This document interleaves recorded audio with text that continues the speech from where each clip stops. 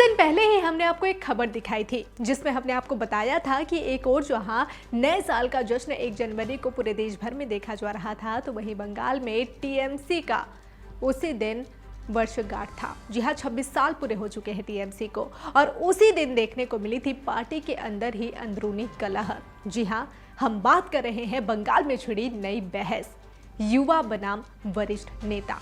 एक और जहां ममता बनर्जी समर्थन कर रही है वरिष्ठ नेताओं का, तो वहीं दूसरी तरफ उनके खुद के ही भतीजे अभिषेक बनर्जी जो कि वकालत कर रहे हैं वरिष्ठ नेताओं के सेवानिवृत्त की। इसी को लेकर जो जंग छिड़ी हुई है, अब उसी जंग को लेकर ममता बनर्जी खुद ही जुट चुकी है डैमेज कंट्रोल करने में। पश्चिम बंगाल की सत्तारूढ़ पार्टी तृणमूल कांग्रेस में युवा बनाम बुजुर्ग नेताओं के बीच चल रही जंग में अब खुद मुख्यमंत्री ममता बनर्जी ने डैमेज कंट्रोल की कोशिशें शुरू कर दी है।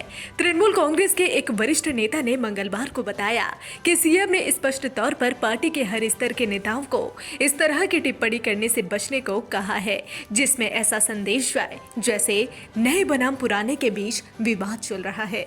इसकी शुरुआत सबसे पहले अभिषेक बनर्जी से की गई है। 1 जनवरी के दिन तृणमूल कांग्रेस के स्थापना दिवस के मौके पर मुख्यमंत्री ममता बनर्जी ने अभिषेक बनर्जी के साथ अलग से बैठक की है। दोनों की बैठक सीएम के आवास पर हुई थी। पार्टी के एक वरिष्ठ नेता ने बताया कि दोनों के बीच करीब 2 घंटे तक बैठक हुई। वैसे तो यह सौजन्य मुलाकात थी क्योंकि साल का पहला दिन था और पार्टी का स्थापना दिवस भी, लेकिन ममता बनर्जी के आवास पर पहले से कई अन्य नेता मौजूद थे। सीएम ने अभिषेक बनर्जी को इस बात की नसीहत दी कि लोकसभा चुनाव करीब है और पार्टी के अंदर नए बनाम पुराने की जंग होनी नहीं चाहिए। दोनों ही स्तर के नेता राष्ट्रीय स्तर पर लड़ाई के लिए जरूरी है। ममता ने अभिषेक से कहा है कि बुजुर्ग नेताओं का अनुभव और नए नेताओं का जोश ही तृणमूल कांग्रेस का भविष्य होगा। ऐसे में इस तरह की जंग पर तत्काल विराम लगाई जानी चाहिए। उन्होंने अभिषेक बनर्जी से यह भी कहा कि पार्टी में उनके जो समर्थक नेता है उन्हें एक बार इस बारे में सचेत कर दिया जाए। सूत्रों ने यह भी कहा है कि अभिषेक बनर्जी ने दुर्गा पूजा के बाद से पार्टी के किसी भी बड़े कार्यक्रम में मुख्य रूप से हिस्सा नहीं लिया है। पिछले साल जुलाई महीने में 21 जुलाई को शहीद दिवस के मौके पर उन्होंने भाजपा नेताओं के घरों के घेराव का आह्वान मुख्यमंत्री ममता बनर्जी से पूछे बगैर ही कर दिया था, जिसे लेकर खूब किरकिरी हुई थी और हाईकोर्ट से भी फटकार लगी थी। उसके बाद से दुर्गा पूजा आई और पार्टी के किसी भी बड़े कार्यक्रम में वह सक्रिय रूप से शामिल नहीं हुए। इसे उनकी नाराजगी बताई जा रही थी। खबर है कि ममता बनर्जी ने इसे लेकर भी अभिषेक बनर्जी को पार्टी फोरम पर सक्रियता से काम करने की हिदायत भी दी है। उल्लेखनीय है कि पार्टी के राज्य अध्यक्ष सुब्रत बख्शी ने स्थापना दिवस पर कहा था कि उन्हें उम्मीद है कि अभिषेक बनर्जी मैदान छोड़कर नहीं हटेंगे। उनके इस बयान पर पार्टी प्रवक्ता कुणाल घोष ने आपत्ति जताई थी और कहा था कि सुब्रत बख्शी यह कहना चाहते हैं कि अभिषेक बनर्जी मैदान छोड़कर भाग रहे हैं, यह ठीक नहीं है। बता दें कि तृणमूल कांग्रेस के गठन को 26 साल पूरे होने के मौके पर आयोजित कार्यक्रम के दौरान पार्टी के अंदरूनी कलह भी सामने आती दिखी थी। दरअसल पश्चिम बंगाल के सत्तारूढ़ दल में इस बात को लेकर बहस छिड़ी हुई है कि क्या पार्टी के वरिष्ठ नेताओं को युवा पीढ़ी के नेताओं के लिए रास्ता बनाना चाहिए।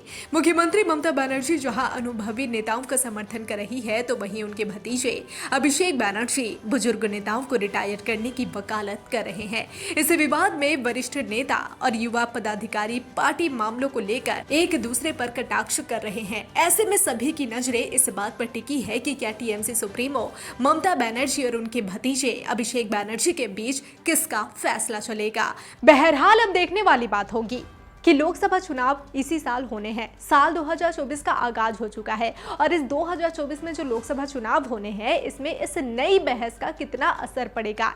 भले ही ममता बनर्जी जुट चुकी है, पार्टी के डैमेज कंट्रोल को शुरू कर चुकी है, लेकिन डैमेज कंट्रोल करने में जो शुरुआत उन्होंने कर दी है, लेकिन आगे क्या होगा ये तो देखने वाली बात होगी। क्योंकि अभिषेक बनर्जी को लेकर जो खबर आ रही है कि अभिषेक बनर्जी वरिष्ठ नेताओं की सेवानिवृत्ति की वकालत कर रहे हैं। खुद तृणमूल पार्टी के ही कई नेताओं का बयान इसमें सामने आ रहा है, जिसमें जुबानी जंग देखने को मिल रही है। एक दूसरे पर आरोप प्रत्यारोप लगाते हुए भी नजर आ रहे हैं। एक ही पार्टी में रहते हुए अपने ही पार्टी के नेताओं पर ये जो जुबानी जंग छिड़े हुए हैं। भले ही फिरहाद हकीम कह रहे हैं कि इस तरह की कोई भी खबर नहीं है, ये सभी गलत है, ये तो वक्त ही बताएगा। जो युवा बनाम वरिष्ठ नेता, ये जो नई जंग पश्चिम बंगाल में छिड़ी है और ममता बनर्जी जो डैमेज कंट्रोल करने में लगी हुई है, ये कितना काम आती है। क्या ये नई बहस, इस नई बहस का असर लोकसभा में देखने को मिलता है? लोकसभा चुनाव से पहले क्या पार्टी की ये बहस खत्म हो पाती है या नहीं, ये तो देखने वाली बात होगी। क्योंकि अगर ऐसा होता है तो लोकसभा चुनाव पर काफ़ी प्रभाव पड़ सकता है। फिरहाद हकीम ने इससे पहले भी एक बयान दिया था, उसमें उन्होंने कहा था कि जो भी बहस छिड़ रही है उस बहस को लोकसभा चुनाव से होना नहीं चाहिए था।